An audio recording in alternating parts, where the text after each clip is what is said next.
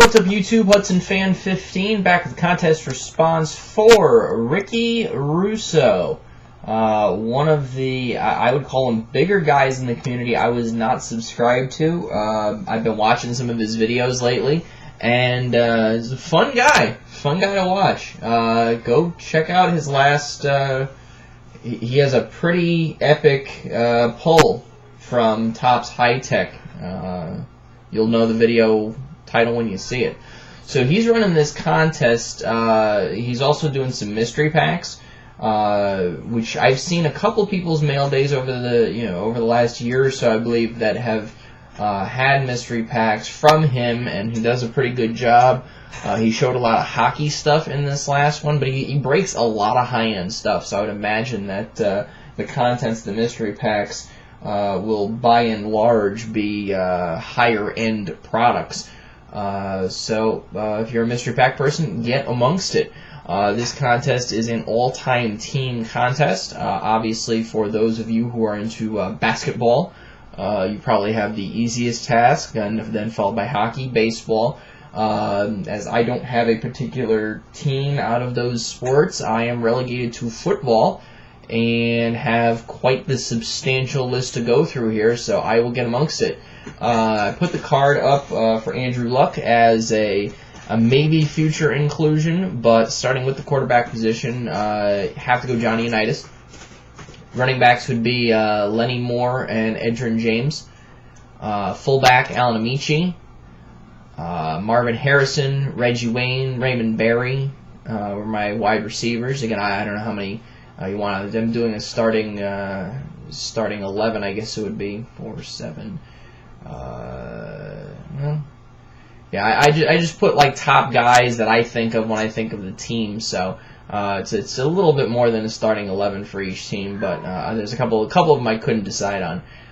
Tight ends, like John, I couldn't decide between John Mackey and Dallas Clark, so I put them both on there.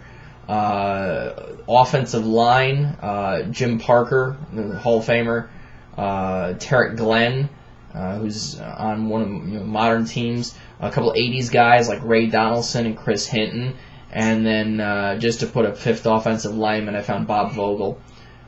Starting defense, defensive ends, one old school, one new school, Gino Marchetti and Dwight Freeney. 2 D tackles, both old school, Art Donovan and Gene Big Daddy Linscomb. Linebackers, again, I got 3 of them.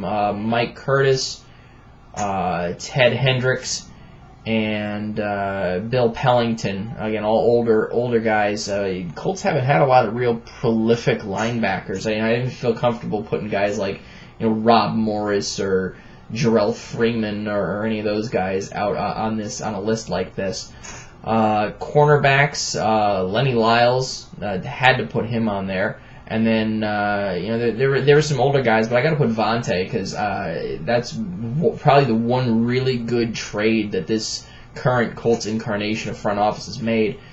And then I had to throw Rick Volk in there too because he was there for a lot of the really good teams. And the Colts haven't had a lot of really great safeties outside of Bob Sanders. So I found Bob Sanders, and I'm just going to leave it at that. Special teams, Vinatieri's there now, but we're at the tail end of his career, so I put Mike Vanderjagt as my kicker. Ron Stark, who is a long-time punter for them. His last year was the first year that I started watching the Colts. Pat McAfee, at the rate he's going, will end up supplanting him, but again, too early. One of the guys that when I started buying Colts stuff that was included in a lot of the 90 to 93 stuff that I was picking up that I know I still have is Clarence Verdon. He was a big special teams guy. T.Y. Hilton's getting some action now, but the Colts aren't known for their big returners. The last time they had a really great returner was Lenny Moore. So again, he ends up making the list twice, but in 2 different capacities. And the head coach, Shula, was there for a while. Unfortunately, so was Ted Marchibroda. Tony Dungy brought us a Super Bowl for this era team. Got Peyton his ring.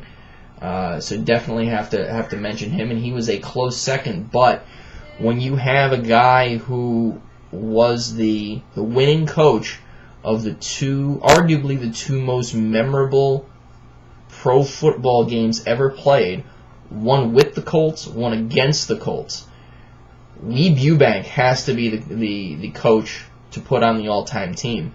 What they call the greatest game ever played, the Colts versus Giants championship game at Yankee Stadium. That's again talked about in the Life and Times of John Unitas book.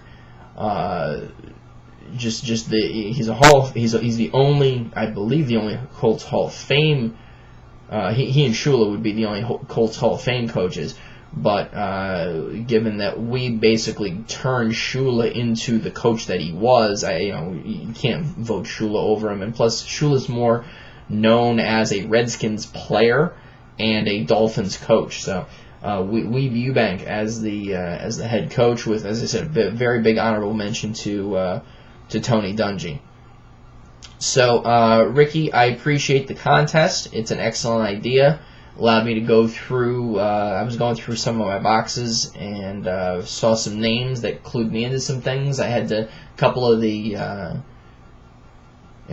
positions, like the last offensive lineman, for example. A couple of the linebackers I had to do some research on, because I'm trying to think of great linebackers, for example, in my time. And the Colts traded for Cornelius Bennett at the end of his career, and you had a guy, Pat Anger, who was the captain of the defense, went from the captain of the defense to unemployed in less than a season. So there's not one of the more legendary positions in my opinion, but again, I like going back and reflecting on the history of the team and whatnot, and sitting here in this Colts blue room with the white accents and the Colts curtains and all, and really that's the one team that I do follow and have followed for well over 20 years now. So again, thank you for the contest, Ricky.